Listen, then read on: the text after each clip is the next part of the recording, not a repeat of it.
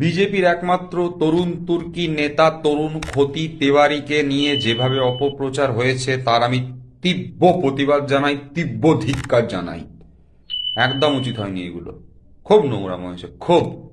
রাষ্ট্রবাদী নেতাদেরকে নিয়ে এরকম নাটক, এরকম অপপ্রচার, মিথ্যাচার মানছি না, মানব না।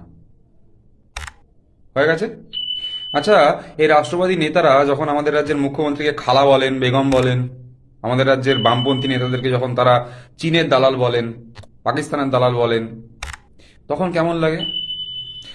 ওনাদের দলের নেতা যখন পশ্চিমবঙ্গে রোহিঙ্গাদের সরকার চলছে, বাংলাদেশের সরকার চলছে বলেন, তখন কেমন লাগে? না, আমি ওই তরুণ খতি তেওয়ারিকে জিজ্ঞেস করতে চাই, ওনার তখন কেমন লাগে?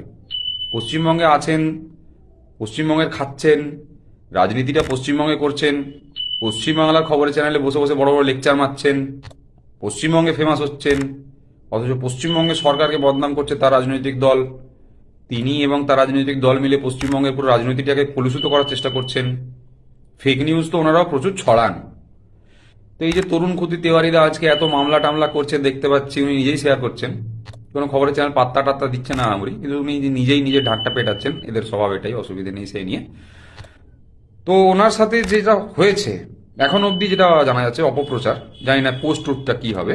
তো কেন ওনারা নিজেরা বাকি রাজনৈতিক দলগুলোকে এভাবে বদনাম করেন? কেন? কি কারণে? কেন তাদের বিরুদ্ধে অপপ্রচার চালান? কেন তাদেরকে নিয়ে ভুয়ো খবর রটান?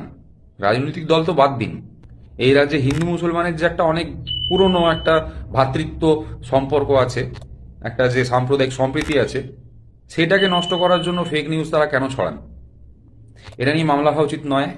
এটা নিয়ে তাদের থানা পুলিশ আদালত করা উচিত নয়? এদের এটা নিয়ে তাদের দৌড়ানো উচিত নয়? আপনাদের মতামত কি? কমেন্ট বক্সে অবশ্যই জানাবেন।